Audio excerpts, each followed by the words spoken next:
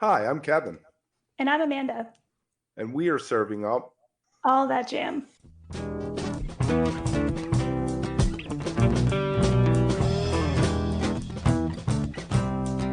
All That Jam, Quick Hit.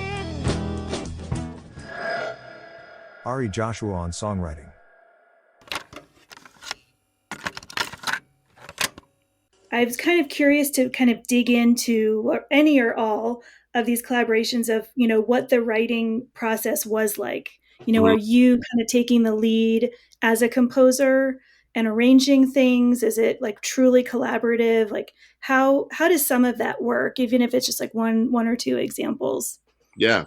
I mean, I always like to go into any recording situation with new people, especially like very prepared.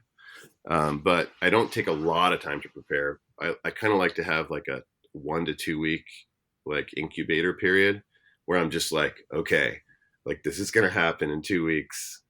Like, um, you know, what is the universe sort of like what want me to do with this? And so I kind of start to explore like all the different directions, and I listen to the people that I'm going to be working with, and then I start to kind of write song ideas with them in mind. And Mhm. then I have this looper pedal that's like it's called a Boss RC505. I don't know if it's around me right now, but I love using that to write because you can kind of put layers on and put different sections. And I'll just start kind of writing ideas and um, and kind of piling them up. But I also at the same time like don't have like an attachment to like if we're going to do that idea or if it's going to go well. Um, and then the rest is like kind of up to the people that I'm working with. But some I find that like some people prefer if you come in with stuff written, and some people prefer to do stuff together. Um, but the one thing I will say about Billy Martin and John Medeski is that Billy is like so much deeper than I think, even than I thought. He's a really deep guy. And like, I mean, I know he's deep. Like, we know he's deep, like you can kind of tell. But like, he really like, I say they were generous with their ideas. Like, um, it felt like I was in a room with some friends, on one level, even though they're giants. But I felt like very comfortable. But also like John and Billy in particular are so like masterful at improvising, and it's really what they do. And they were like really, they were like we could play like they wanted to play my tunes. Like I brought tunes like this song that's out. Meeting of the Minds was like totally improvised, and then Let's Do It Right Now was like totally composed. But Billy kept saying that like there's something like really magical that could be happening right now that we don't know what it is, and it might be so much better than anything that we planned out, and I mean I think there's something to that too, and there's something about writing stuff. But yeah, each session was different. The first time I played with Ray and Russ, I brought a lot of tunes. Like it was during um, the Beacon Theater jams, Mhm. and so it was like they had the protocol for isolating. Like um, originally, we were going to do something remotely, and then they were like, "Well, you could come out here and isolate, like we did at, at the Beacon or whatever." And they're like, "But you don't want to do that, do you?" And I'm like, "Well, yeah, actually, I'd love to do that." So I had like, a 10-day period in a hotel room where I was just writing music. But we did like all music that I wrote the first time. And then the second time when I went out to play with them, we did more like of a collaborative thing half the time. That's great. I mean, and it's like different phases of things too. Opportunities come up, and you know, I think that like all that you're putting out there right now is just like it's so engaging, and there's so much of it that kind of touches on different facets of the scene, right? Of like of the music that a lot of us really enjoy.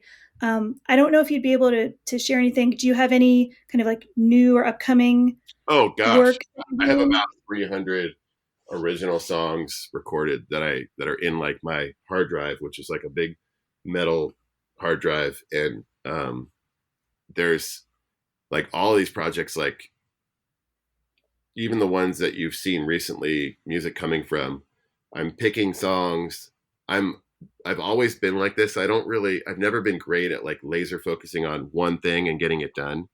I'm more Mhm. like someone who has like a very, very big garden, and I'm like moving around to this section and that section, and then I'll forget about this, and then I'll build this thing over here. You know what I mean? It's kind of like jumping Oh around. yeah. And on the other hand, too, it's like, oh, I don't have money to build this thing, but I got a little bit of money here, so I'll put it over here now. Same thing with the music. It's like to make a whole album out of some of these sessions would be like, in around $20,000, I think probably cost. Mhm. It's a lot easier to take 2,000 when you, I mean, and again, that's 20,000 that you're not going to like make any back, right? Like that's a whole other conversation. We need to change this industry. Like that's, that's Oh another yeah. conversation. But, it's like you're not necessarily going to make any back. So it's like, okay, well, instead, I'm like more growing it because it's a beautiful flower, or I know it's going to taste good and I can give it to the people that want to eat it. Although it's a little different Mhm. because it'll last longer, and who's to say that it won't draw some revenue later. Um but so I take like $1,000 to $2,000 and go into a studio with someone and chip away at this, and we're chipping away at a lot of stuff, like, oh, let's jump to this thing, let's jump to that thing. So I mean, there's some stuff that's like very like early fish kind of stuff that I've written that's going to be coming out. There's some stuff that's like real, like Seattle rock, like Pearl Jam, Soundgarden, Alice in Chains kind of sound that I recorded like 10 years ago with my rock band.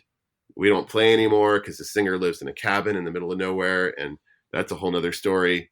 But that music is like everything's kind of like at like 60% ready, and it's like a Yep. lot of 60% ready. So it's just going to start coming out, and I'm just hoping that, like, I mean, I feel as though I've been putting the work in over a long period of time in the best ways I know how, and that it's gonna end up somewhere cool, and that it's heading there. But again, like a journey, as they say, a journey like up a mountain with no top. It's like, um, there it's everything's relative, so no matter where you are in the mountain, you just feel like yourself, and you just feel Mhm. like, I gotta just keep going up. You know what I mean? Like, um all you can do is just one step at a time. If you are enjoying All That Jam, please like and subscribe to our social media channels at All That Jam Pod on Twitter, Instagram, and Facebook, or visit our website, allthatjampod.com. Make sure to sign up for our email list and tune in every week for new episodes. Also, look for full interviews on our YouTube channel. And remember, stay beautiful, but don't stay underground too long.